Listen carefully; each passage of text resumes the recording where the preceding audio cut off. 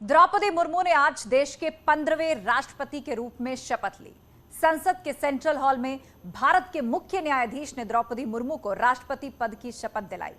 ठीक सुबह 10:15 पर मुर्मू ने राष्ट्रपति पद की शपथ ली और इस दौरान पूर्व राष्ट्रपति रामनाथ कोविंद, उपराष्ट्रपति वेंकैया नायडू, प्रधानमंत्री नरेंद्र मोदी, यूपी के मुख्यमंत्री योगी आदित्यनाथ समेत तमाम विशिष्ट अतिथि कार्यक्रम में शामिल हुए। शपथ के बाद नई राष्ट्रपति मुर्मू ने परेड की सलामी ली। वहीं आज सुबह द्रौपदी मुर्मू ने राजघाट पहुंचकर बापू को नमन किया। इस दौरान द्रौपदी मुर्मू को गांधी की प्रतिमा भी भेंट की गई।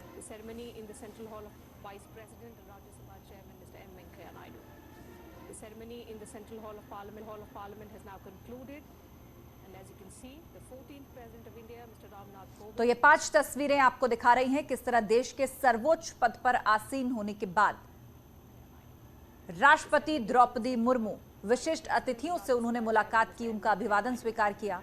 सोनिया गांधी ने उनका अभिवादन किया, प्रधानमंत्री मोदी ने उनका अभिवादन किया, पूर्व राष्ट्रपति और तमाम अतिथि जो सेंट्रल हॉल में उपस्थित थे सबका अभिवादन स्वीकार किया महामहिम द्रौपदी मुर्मू ने।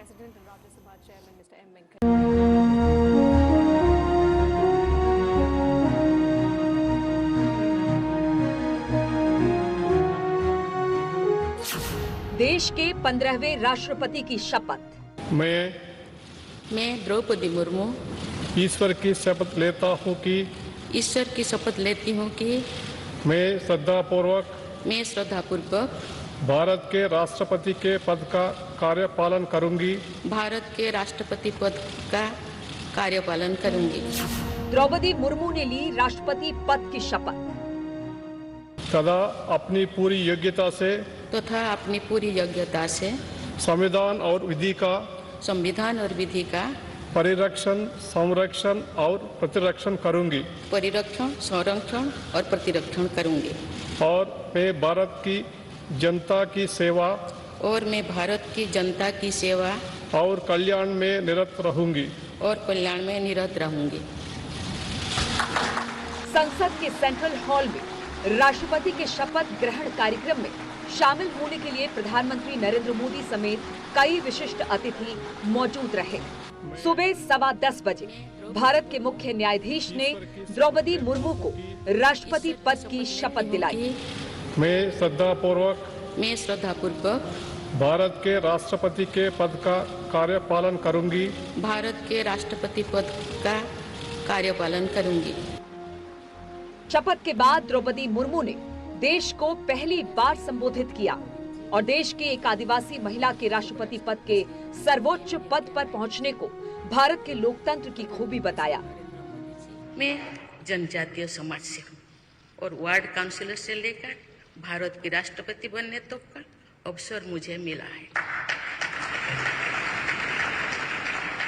ये लोकतंत्र की जननी भारतवर्ष की महानता है। ये हमारे लोकतंत्र की ही शक्ति है कि उसमें एक गरीब घर के पैदा होने बेटी, दूर सुदूर आदिवासी क्षेत्र में पैदा हुई बेटी भारत के सर्वोच्च संवैधानिक पद तक पहुंचा। राष्ट्रपति के पद पहुंचना मेरी व्यक्तिगत उपलब्धि नहीं है, ये भारत की प्रत्येक गरीब की उपलब्धि है। ये संयोग है कि जब मुर्मू ने सक्रिय सियासत में कदम रखा था उस दौरान देश आजादी की 50वीं वर्षगांठ मना रहा था, जबकि आज उन्होंने राष्ट्रपति पद की शपथ ली तो देश आजादी की 75वीं वर्षगांठ मनाने जा रहा है। राष्ट्रपति के रूप में देश ने एक ऐसे महत्वपूर्ण कालखंड में चुना है जो हम अपनी आजादी का अमृत महोत्सव मना रहे हैं।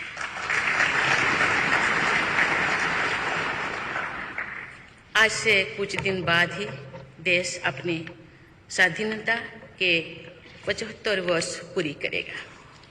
ये भी एक संयोग है कि जब देश अपनी आज़ादी के 50वें वर्ष का पर्व मना रहा था तभी मेरे राजनीतिक जीवन की शुरुआत हुई थी। और आज आज़ादी के 75वें वर्ष में मुझे ये नया दायित्व मिला है। द्रौपदी मुर्मू देश की सबसे कम उम्र की राष्ट्रपति ही नहीं बल्कि पहली ऐसी राष्ट्रपति भी है जिनका जन्म आजादी के बाद हुआ। मैं देश की ऐसी पहली राष्ट्रपति भी हूँ जिसका जन्म आजाद भारत में हुआ है। हमारे स्वाधीनता सेनानियों ने आजाद हिंदुस्तान के हम नागरिकों से जो अपेक्षाएं की थी उनकी पूर्ति के लिए इस अमृत काल में हमें तेज गति से काम करना होगा। अपने पहले संबोधन में द्रौपदी मुर्मू ने युवाओं और महिलाओं के हितों को अपनी सर्वोच्च प्राथमिकता बताया। समस्त देशवासियों को, विशेषकर भारत के युवाओं को तथा भारत की महिलाओं को ये विश्वास दिलाती हूँ कि इस पद पर कार्य करते हुए मेरे लिए उनके हित सर्वोपरि होंगे। भारत और हर क्षेत्र में विकास का नया अध्याय जोड़ रहा है। कोरोना महामारी के वैश्विक संकट का सामना करने में भारत ने जिस तरह का सामर्थ्य दिखाया है उसने पूरे विश्व में भारत की साख बढ़ाया है।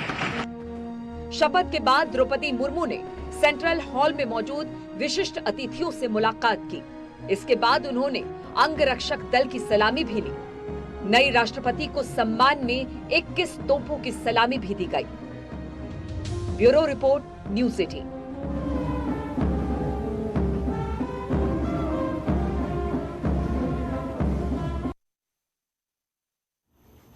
राष्ट्रपति पद की शपथ के बाद राष्ट्रपति भवन के परिसर में तीनों सेनाओं ने राष्ट्रपति को गार्ड ऑफ ऑनर दिया। इस दौरान राष्ट्रपति द्रौपदी मुर्मू ने परेड की सलामी ली। कार्यक्रम में प्रधानमंत्री मोदी भी पहुंचे थे, जिसके बाद राष्ट्रपति अपने काफिले के साथ राष्ट्रपति भवन पहुंचे।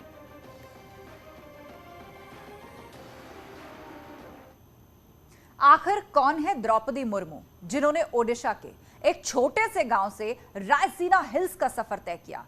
आइए देखते हैं आजादी के बाद जन्मी देश की पहली महिला राष्ट्रपति के बारे में पूरी जानकारी।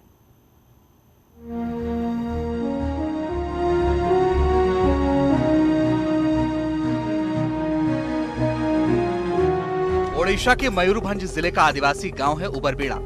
इस गांव को कुछ दिनों पहले तक कोई नहीं जानता था। ये गांव गवाह है द्रौपदी मुर्मू के संघर्ष का, लेकिन इसके लिए उन्होंने जो संघर्ष किया वो देश की बेटियों के लिए मिसाल है। न सिर्फ इस गांव बल्कि देश भर में पिछड़े, दलित, आदिवासियों की बेटियों के लिए प्रेरणा है। द्रौपदी मुर्मू ने राजनीति में कई सफलता हासिल की, लेकिन अपने निजी जीवन में समय ने बार बार उनकी परीक्षा ली और एक वक्त ऐसा भी आया जब वो डिप्रेशन में चली गईं। साल 2009 में द्रौपदी मुर्मू ने 25 साल के बेटे को खो दिया। बेटे की मृत्यु से गहरा सदमा पहुंचा और वो डिप्रेशन में चली गईं। खुद को हिम्मत देने के लिए आध्यात्म का रास्ता चुना, ब्रह्म कुमारी संस्थान के साथ जुड़ी। मुर्मू धीरे धीरे डिप्रेशन से बाहर आने की कोशिश कर रही थी और योग से जुड़कर अपने घर को संभालने की कोशिश कर रही थी। लेकिन 4 साल बाद ही सड़क दुर्घटना में मुर्मू के दूसरे बेटे की मृत्यु हो गई। बेटे की मृत्यु के कुछ दिन बाद मां और भाई का भी देहांत हो गया। 1 महीने के अंदर मुर्मू ने पहले बेटे को खोया, फिर मां से दूर हुई और भाई भी उनका साथ छोड़कर चले गए। इन तमाम दुखों को पीछे छोड़कर जब वो जीवन में आगे बढ़ने की कोशिश कर रही थी, तब अगले ही साल 2014 में उनके पति का देहांत हो गया। यानी धीरे धीरे द्रौपदी मुर्मू ने अपने सभी करीबियों को खो दिया। पति के देहांत के बाद द्रौपदी मुर्मू के लिए सामान्य जीवन में लौटना मुश्किल था, लेकिन उन्होंने आध्यात्म के साथ साथ योग करना शुरू किया। डिप्रेशन के खिलाफ लड़ाई लड़ी। वे इसे तब तक लड़ती रही जब तक उन्होंने इसे हरा नहीं दिया। और इसके बाद साल 2015 में द्रौपदी मुर्मू झारखंड की पहली महिला राज्यपाल बनी। द्रौपदी मुर्मू ने अपने जीवन में बहुत संघर्ष किया है। यह अथक संघर्ष का फल है वो बहुत ही विनम्र और जमीन से जुड़ी महिला है। द्रौपदी मुर्मू ने सपने में भी नहीं सोचा था कि वो राजनीति में कदम रखेंगी। साल 1979 में भुवनेश्वर के रामादेवी महिला कॉलेज से ग्रेजुएशन किया।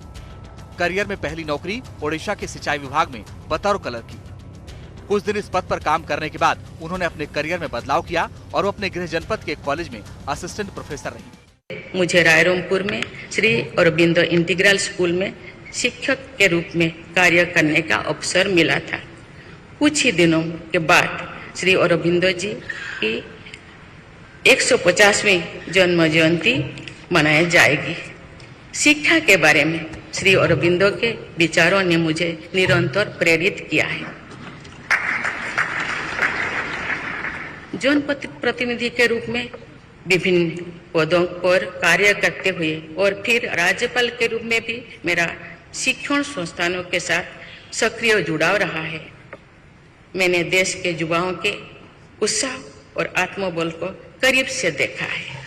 यानी द्रौपदी मुर्मू ने पहले कलर की नौकरी की, फिर शिक्षक बनकर छात्रों को पढ़ाया, लेकिन उनके जीवन में बड़ा बदलाव साल 1997 में आया, जब वो मयूरभंज के रंगा रायपुर से वार्ड पार्षद चुनी गईं। इसके बाद उन्होंने पीछे मुड़कर नहीं देखा और वो ओडिशा से 2 बार विधायक बनी। साल 2000 से 2004 तक वो ओडिशा सरकार में राज्य मंत्री रही और साल 2015 में झारखंड की राज्यपाल बनी। मैंने अपने अब तक के जीवन में जन सेवा में ही जीवन की सार्थकता को अनुभव किया है। श्री जगन्नाथ क्षेत्र के एक प्रख्यात कवि भीम भोई जी की कविता की एक पंक्ति है, मो जीवन पछे नर्क के पड़ी था जगत उद्धार।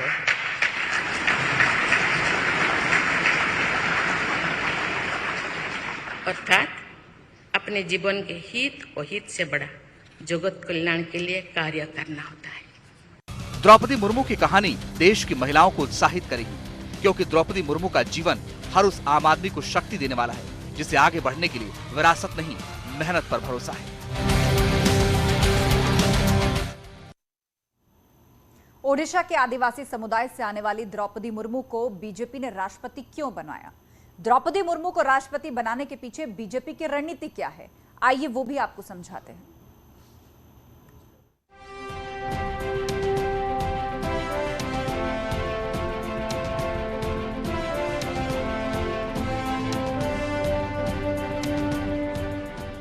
मुर्मू के राष्ट्रपति बनने के मायने क्या हैं? दरअसल द्रौपदी मुर्मू आदिवासी संथाल जाति से आती हैं, साथ ही जमीन से जुड़ी हुई नेता हैं। उनका राजनीतिक अनुभव भी काफी लंबा है और सबसे बड़ी बात कि मुर्मू बिल्कुल बेदाग छवि की राजनीतिक महिला हैं। आजादी के बाद जन्म लेने वाली पहली ऐसी महिला हैं जो राष्ट्रपति पद पर पहुंची हैं। हमारी सभी बहनें व बेटियां अधिक से अधिक सशक्त हो तथा वे देश के हर क्षेत्र में अपना योगदान बढ़ाती रहे। मैं अपने देश के युवाओं से कहना चाहती हूँ कि आप न केवल अपने भविष्य का निर्माण कर रहे हैं, बल्कि भविष्य के भारत की नींव भी रख रहे हैं। देश के राष्ट्रपति के तौर पर मेरा हमेशा आपको पूरा सहयोग रहेगा। देश में करीब 100 से ज्यादा ऐसे जिले हैं जो आदिवासी बहुल हैं, जिसमें भील और गोंड के बाद संथाल जाति की सबसे बड़ी संख्या है। बीजेपी का दावा है कि द्रौपदी मुर्मू के राष्ट्रपति बनने के पीछे सबका साथ सबका विकास का मंत्र है। साथ ही समाज के आखिरी पायदान को मुख्य धारा में लाने की कोशिश है। मेरा जन्म तो उस जनजातीय परंपरा से हुआ है जिसने हजारों वर्ष से प्रकृति के साथ तालमेल बनाकर जीवन को आगे बढ़ाया है। मैंने जंगल और जलाशयों के महत्व को अपने जीवन में महसूस किया है। हम प्रकृति से जरूरी संसाधन लेते हैं और उतनी ही श्रद्धा से प्रकृति से सेवा भी करते हैं। बीजेपी ये मैसेज देना चाहती है कि पीएम मोदी वंचित तबके के लिए काम करते हैं, साथ ही मुख्य धारा से कटे समाज को राजनीतिक हिस्सेदारी देते हैं। Bureau report, news 18।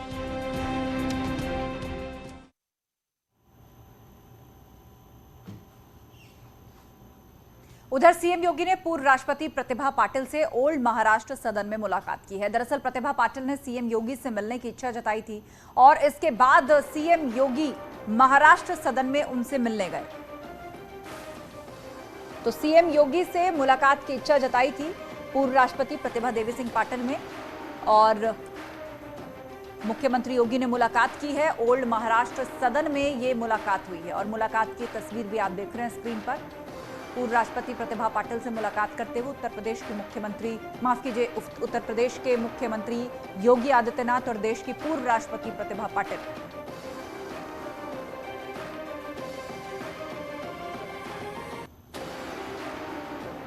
तो महाराष्ट्र सदन में ये मुलाकात हुई। हालांकि बातचीत क्या हुई वो अभी पूरी तरह से स्पष्ट नहीं हुआ है, लेकिन खबर यह है कि उत्तर प्रदेश में जिस तरह के बदलाव हो रहे हैं और जैसा शासन यहां पर चल रहा है उससे काफी प्रभावित थी प्रतिभा पाटिल और उन्होंने सीएम योगी से मिलने की इच्छा खुद जताई। खबरों में आगे बढ़ते हैं। ग्रेटर नोएडा के एक महिला ने अपने साथ पार्क में गैंगरेप का आरोप लगाया है। शिकायत के आधार पर पुलिस ने केस भी दर्ज कर लिया है और साथ ही महिला का मेडिकल भी कराया गया। पुलिस के मुताबिक मेडिकल जांच में लड़की के शरीर पर चोट के निशान नहीं मिले हैं। पुलिस का यह भी कहना है कि महिला अपनी शिकायत में जो आरोप लगा रही है वो जांच में गलत पाए गए हैं। मसलन युवती का कहना था कि वो पार्क में अकेली थी, जबकि जांच में पाया गया कि युवती अपने दोस्त के साथ थी जिसकी 2 लड़कों से कहासुनी हुई थी। पूरे मामले की अब जांच की जा रही है। दिनांक 21 तारीख को थाना फेज 2 को एक युवती के द्वारा ये सूचना दी गई थी कि जब वो हौजरी कॉम्प्लेक्स से वापस लौट रही थी, पार्क में जब वो अकेली बैठी हुई थी तो उसके साथ 2 युवकों के द्वारा उसकी जाति पूछ करके उसका मोबाइल छीना गया और उसके साथ गलत काम किया गया। इसमें तत्काल पुलिस के द्वारा अभियोग पंजीकृत कराया गया। अभियोग पंजीकृत कराने के बाद मेडिकल कराया गया। मेडिकल में नो इंजरी आना बताया गया है। इसके साथ ही जब तफ्तीश की गई तो ये तथ्य निकल कर आया कि युवती वहाँ पर पार्क में अकेली नहीं थी जैसा उसने अपने प्रार्थना पत्र में लिख करके दिया था, बल्कि वो अपने एक साथी जिसका नाम पवन यादव है उसके साथ वहाँ बैठी हुई थी। और जब पवन के साथ वो वहाँ बैठी थी तो 2 लड़के आए, इनकी हॉट टॉक हुई और हॉट टॉक होने के बाद जो है ये घटनाक्रम हुआ और पवन भाग गया वहाँ से। इसमें पवन को भी पुलिस हिरासत में लिया गया है। उधर बिजनौर में माहौल बिगाड़ने की कोशिश की गई। भगवा कपड़े पहनकर मुस्लिम युवकों ने मजार में तोड़फोड़ की, साथ ही मजार पर चढ़ी चादर को जलाया। मामला शेरकोट थाना इलाके का है। पुलिस ने दोनों आरोपियों को गिरफ्तार कर लिया है। वायरल वीडियो में आरोपी और भी मजारों पर ऐसा करने की बात कहता नजर आ रहे हैं। इस मामले को लेकर एडीजी एलओ प्रशांत कुमार ने कहा कि आरोपियों से पुलिस और प्रदेश की विशेष एजेंसियां पूछताछ कर रही हैं। दोनों भाइयों के नेटवर्क को भी पुलिस खंगाल रही है। एक आरोपी कमाल, जिसका पासपोर्ट भी पुलिस को मिला है, विदेश यात्रा से जुड़ी जानकारी की पूछताछ अब आगे की जा रही है। तो कमाल और आदिल नाम के 2 मुस्लिम युवक जो कि भगवा कपड़े को लपेटकर अपने सर के ऊपर सांप्रदायिक माहौल बिगाड़ने की कोशिश के तहत ये कृत्य कर रहे थे, वो पकड़े गए हैं। मंशा तो सांप्रदायिक सौहार्द बिगाड़ने की थी ही, इसमें किसी को कोई संशय नहीं है। और कांवड़ के मुख्य दिन इस तरह की घटना कारित करना और 3 मज़ारों को क्षतिग्रस्त करना, अगर वहाँ पुलिस सतर्क ना होती, प्रशासन सतर्क ना होता या वहाँ के शांति प्रिय लोग सतर्क ना होते तो बड़ी घटना हो सकती थी और जिससे कि शांति व्यवस्था प्रभावित अवश्य होती। तो पुलिस की त्वरित कार्रवाई से ये चीज़ें हुई हैं। अब हमने संगीन धाराओं में मुकदमा दर्ज किया है। इसमें इनको न्यायिक हिरासत में भेजा जाएगा। हमारी सभी जो स्टेट की एजेंसियां हैं इस पर वर्क कर रही हैं और हम लोग कोई बड़ी साजिश इसके पीछे है इसके बारे में अपनी जांच आगे बढ़ा रहे हैं।